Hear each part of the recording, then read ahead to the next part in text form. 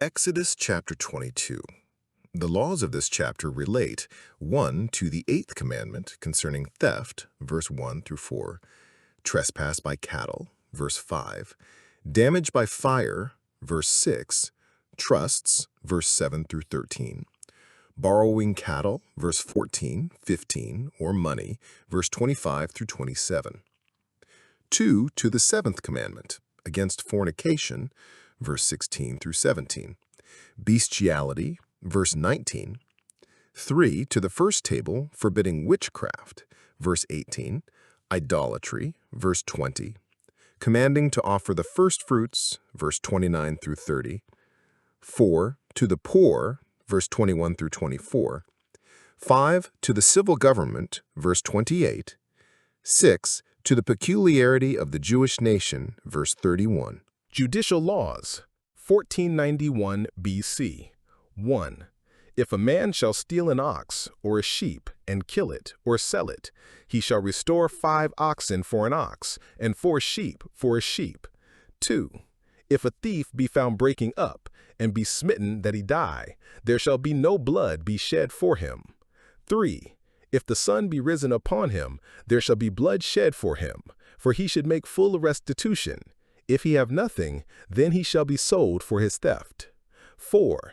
If the theft be certainly found in his hand alive, whether it be ox or ass or sheep, he shall restore double. 5.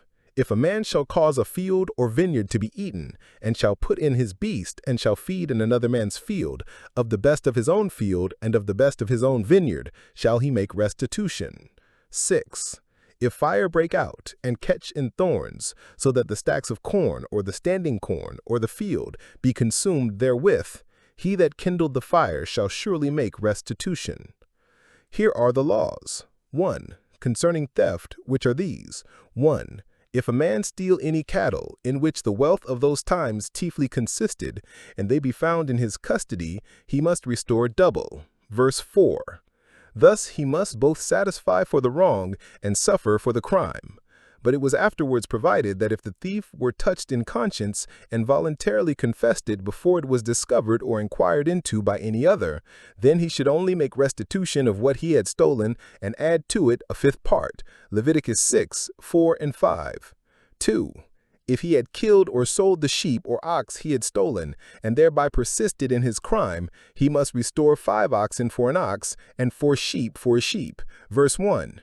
More for an ox than for a sheep, because the owner, besides all the other profit, lost the daily labor of his ox. This law teaches us that fraud and injustice, so far from enriching men, will impoverish them. If we unjustly get and keep that which is another's, it will not only waste itself, but it will consume that which is our own. 3. If he was not able to make restitution, he must be sold for a slave. Verse 3. The court of judgment was to do it, and it is probable that the person robbed had the money. Thus with us, in some cases, felons are transported into plantations where alone Englishmen know what slavery is. 4. If the thief broke a house in the night and was killed in the doing of it, his blood was upon his own head, and should not be required at the hand of him that shed it. Verse 2. As he that does an unlawful act bears the blame for the mischief that follows to others, so likewise of that which follows to himself. A man's house is his castle, and God's law, as well as man's, sets a guard upon it. He that assaults it does so at his peril. Yet if it was in the daytime that the thief was killed, he that killed him must be accountable for it. Verse 3. Unless it was in the necessary defense of his own life. Note, we ought to be tender of the lives of even bad men. The magistrate must afford us redress, and we must not avenge ourselves. 2. Concerning trespass, verse 5. He that willfully puts his cattle into his neighbor's field must make restitution of the best of his own. Our law makes a much greater difference between this and other thefts than the law of Moses did. The Jews hence observed it as a general rule that restitution must always be made of the best, and that no man should keep any cattle that were likely to trespass upon his neighbors or do them any damage. We should be more careful not to do wrong than not to suffer wrong, because to suffer wrong is only an affliction, but to do wrong is a sin, and sin is always worse than affliction. 3. Concerning damage done by fire, Verse 6. He that designed only the burning of thorns might become accessory to the burning of corn, and should not be held guiltless. Men of hot and eager spirits should take heed, lest while they pretend only to pluck up the tares, they root out the wheat also. If the fire did mischief, he that kindled it must answer for it, though it could not be proved that he designed the mischief. Men must suffer for their carelessness as well as for their malice. We must take heed of beginning strife, for, though it seem but little, we know not how great a matter it may kindle, the blame of which we must bear, if with the madman we cast firebrands, arrows, and death, and pretend we mean no harm. It will make us very careful of ourselves if we consider that we are accountable not only for the hurt we do, but for the hurt we occasion through inadvertency. 7. If a man shall deliver unto his neighbor money or stuff to keep, and it be stolen out of the man's house, if the thief be found, let him pay double. 8. If the thief be not found, then the master of the house shall be brought unto the judges, to see whether he have put his hand unto his neighbor's goods. 9. For all manner of trespass, whether it be for ox, for ass, for sheep, for raiment, or for any manner of lost thing which another challengeth to be his, the cause of both parties shall come before the judges. And whom the judges shall condemn, he shall pay double unto his neighbor. 10. If a man deliver unto his neighbor an ass, or an ox, or a sheep, or any beast, to keep, and it die, or be hurt, or driven away, no man seeing it, then shall an oath of the Lord be between them both, that he hath not put his hand unto his neighbor's goods. And the owner of it shall accept thereof, and he shall not make it good. 12. And if it be stolen from him, he shall make restitution unto the owner thereof. 13. If it be torn in pieces, then let him bring it for witness, and he shall not make good that which was torn. 14. And if a man borrow aught of his neighbor, and it be hurt or die, the owner thereof being not with it, he shall surely make it good. But if the owner thereof be with it, he shall not make it good. If it be an hired thing, it came for his hire. These laws are: 1. Concerning trusts, verses 7 through 13. If a man deliver goods, suppose to a carrier to be conveyed, or to a warehouse keeper to be preserved, or cattle to a farmer to be fed, upon a valuable consideration, and if a special confidence be reposed in the person they are lodged with, in case these goods be stolen or lost, perish or be damaged, if it appear that it was not by any fault of the trustee, the owner must stand to the loss. Otherwise, he that has been false to this trust must be compelled to make satisfaction. The trustee must aver his innocence upon oath before the judges, if the case was such as afforded no other proof, and they were to determine the matter according as it appeared. This teaches us, 1. That we ought to be very careful of everything we are entrusted with, as careful of it, though it be another's, as if it were our own. It is unjust and base, and that which all the world cries shame on, to betray a trust. 2. That there is such a general failing of truth and justice on earth that gives too much occasion to suspect men's honesty whenever it is their interest to be dishonest. 3. That an oath for confirmation is an end of strife. This is called an oath for the Lord, verse 11, because to him the appeal is made, not only as to a witness of truth, but as to an avenger of wrong and falsehood. Those that had offered injury to their neighbor by doing any unjust thing, yet it might be hoped they had not so far debauched their consciences as to profane an oath of the Lord, and call the God of truth to be witness to a lie.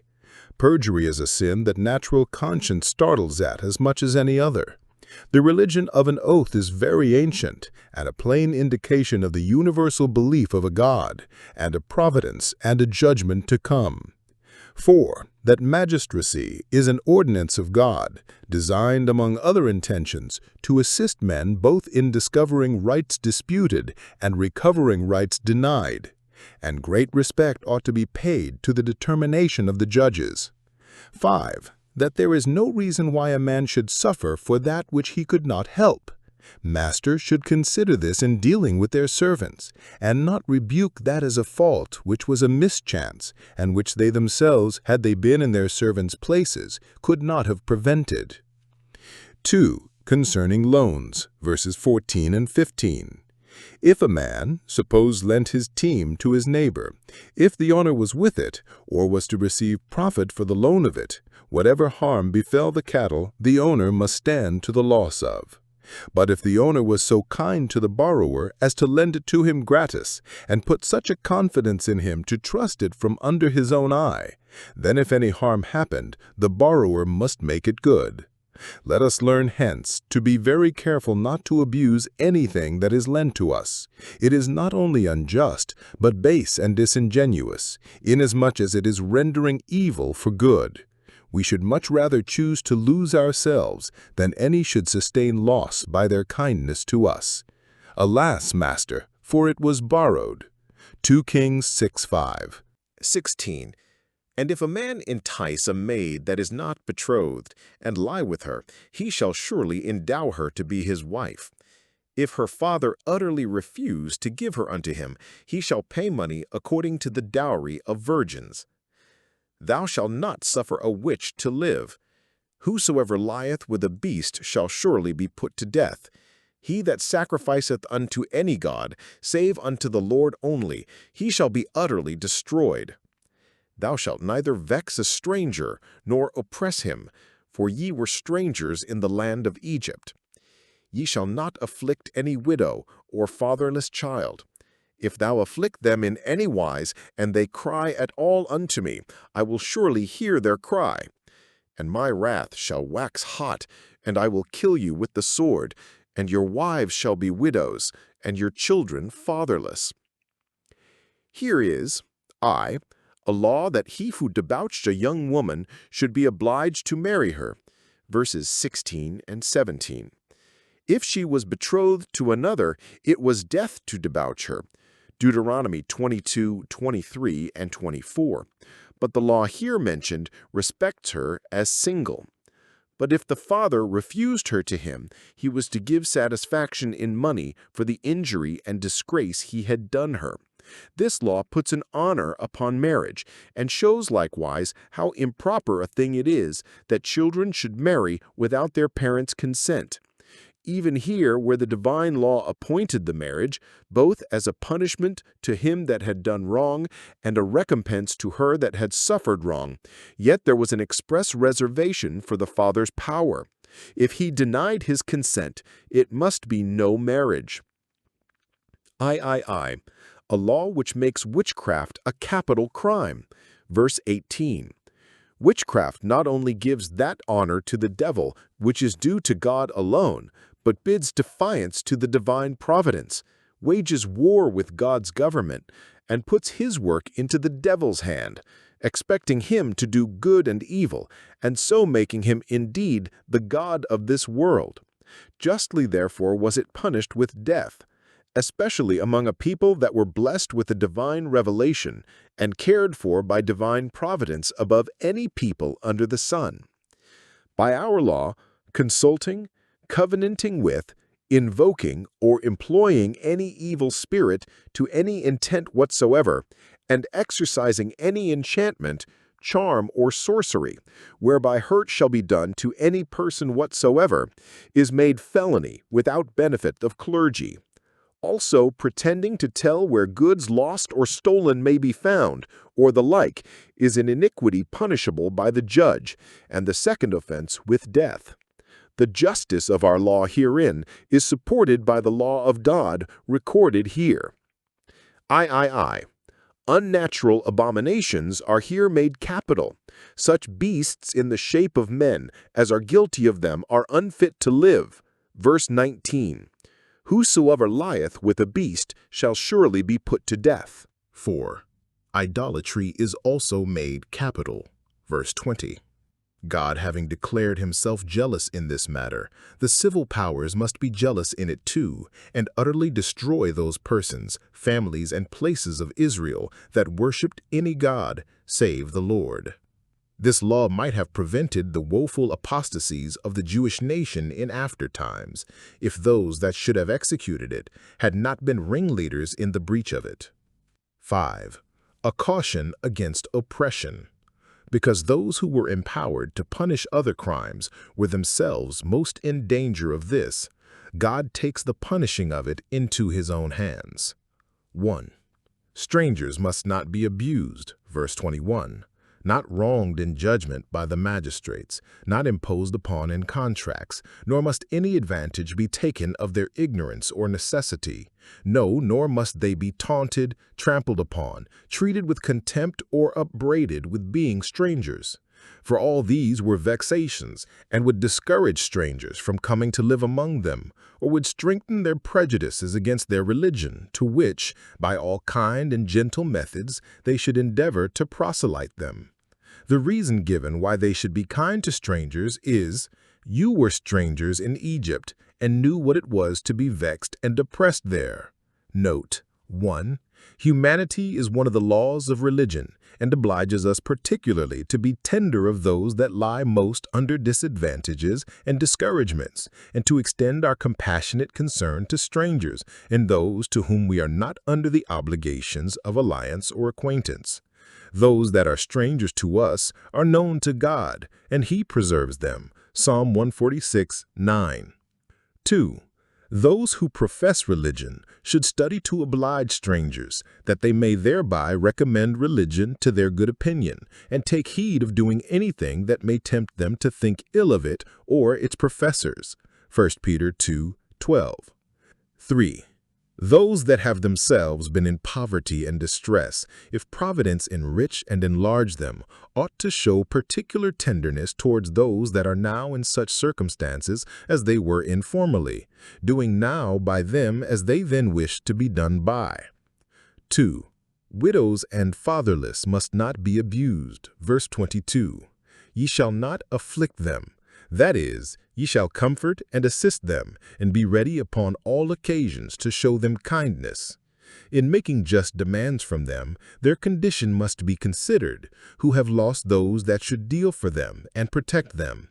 They are supposed to be unversed in business, destitute of advice, timorous, and of a tender spirit, and therefore must be treated with kindness and compassion. No advantage must be taken against them, nor any hardship put upon them from which a husband or father would have sheltered them. For 1. God takes particular cognizance of their case. Verse 23. Having no one else to complain and appeal to, they will cry unto God, and he will be sure to hear them. For his law and his providence are guardians to the widows and fatherless, and if men do not pity them and will not hear them, he will. Note, it is a great comfort to those who are injured and oppressed by men that they have a God to go to who will do more than give them the hearing. And it ought to be a terror to those who are oppressive that they have the cry of the poor against them, which God will hear. Nay, 2, he will severely reckon with those that do oppress them. Though they escape punishments from men, God's righteous judgments will pursue and overtake them. Verse 24. Men that have a sense of justice and honor will espouse the injured cause of the weak and helpless, and shall not the righteous God do it? Observe the equity of the sentence here passed upon those that oppress the widows and fatherless. Their wives shall become widows, and their children fatherless. And the Lord is known by these judgments, which he sometimes executes still. 25. If thou lend money to any of my people that is poor by thee, thou shalt not be to him as an usurer, neither shalt thou lay upon him usury. If thou at all take thy neighbor's raiment to pledge, thou shalt deliver it unto him by that the sun goeth down. For that is his covering only, it is his raiment for his skin, wherein shall he sleep. And it shall come to pass when he crieth unto me, that I will hear, for I am gracious. Thou shalt not revile the gods, nor curse the ruler of thy people. Thou shalt not delay to offer the first of thy ripe fruits, and of thy liquors, the firstborn of thy sons shalt thou give unto me. Likewise shalt thou do with thine oxen and with thy sheep. 7 days it shall be with his dam. On the 8th day thou shalt give it me. And ye shall be holy men unto me. Neither shall ye eat any flesh that is torn of beasts in the field. They shall cast it to the dogs. Here is a law against extortion in lending. 1.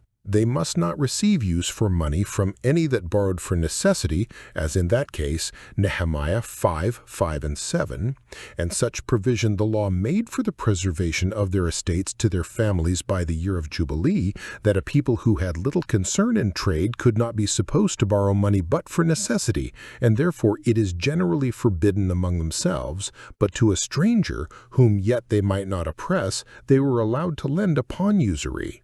This law, therefore, in the strictness of it, seems to have been peculiar to the Jewish state, but in the equity of it, it obliges us to show mercy to those of whom we might take advantage, and to be content to share in loss as well as profit with those we lend to, if providence cross them. And upon this condition, it seems as lawful to receive interest for my money, which another takes pains with and improves, but runs the hazard of in trade, as it is to receive rent for my land, which another takes pains with and improves, but runs the hazard of in husbandry. 2. They must not take a poor man's bedclothes in pawn, but if they did, must restore them by bedtime. Verse 26 and 27. Those who lie soft and warm themselves should consider the hard and cold lodgings of many poor people, and not do anything to make bad worse, or to add affliction to the afflicted. A law against the contempt of authority. Verse 28, Thou shalt not revile the gods, that is, the judges and magistrates, for their executing these laws. They must do their duty whoever suffer by it. Magistrates ought not to fear the reproach of men, nor their revilings, but to despise them as long as they keep a good conscience. But those that do revile them for their being a terror to evil works and workers, reflect upon God himself, and will have a great deal to answer for another day. We find those under a black character and a heavy doom that despise dominion and speak evil of dignities. Jude 8. Princes and magistrates are our fathers, whom the 5th commandment obliges us to honor and forbids us to revile. St. Paul applies this law to himself and owns that he ought not to speak evil of the ruler of his people. No, not even though the ruler was then his most unrighteous persecutor. Acts 23:5. See Ecclesiastes 10:20. A law concerning the offering of their firstfruits to God. Verse 29 and 30. It was appointed before, chapter 13, and it is here repeated, The firstborn of thy sons shalt thou give unto me. And much more reason have we to give ourselves and all we have to God, who spared not his own Son, but delivered him up for us all. The first ripe of their corn they must not delay to offer. There is danger if we delay our duty, lest we wholly omit it, and by slipping the first opportunity in expectation of another, we suffer Satan to cheat us of all our time. Let not young people delay to offer to God the firstfruits of their time and strength, lest their delays come at last to be denials through the deceitfulness of sin, and the more convenient season they promise themselves never arrive. Yet it is provided that the firstlings of their cattle should not be dedicated to God until they were past 7 days old, for then they began to be good for something. Note that God is the first and best, and therefore must have the first and best. A distinction put between the Jews and all other peoples. You shall be holy men unto me. And one mark of that honorable distinction is appointed in their diet, which was that they should not eat any flesh that was torn of beasts in the field, not only because it was unwholesome, but because it was paltry and base and covetous, and a thing below those who were holy men unto God, to eat the leavings of the beasts of prey. We that are sanctified to God must not be curious in our diet, but we must be conscientious, not feeding ourselves without fear, but eating and drinking by rule, the rule of sobriety, to the glory of God.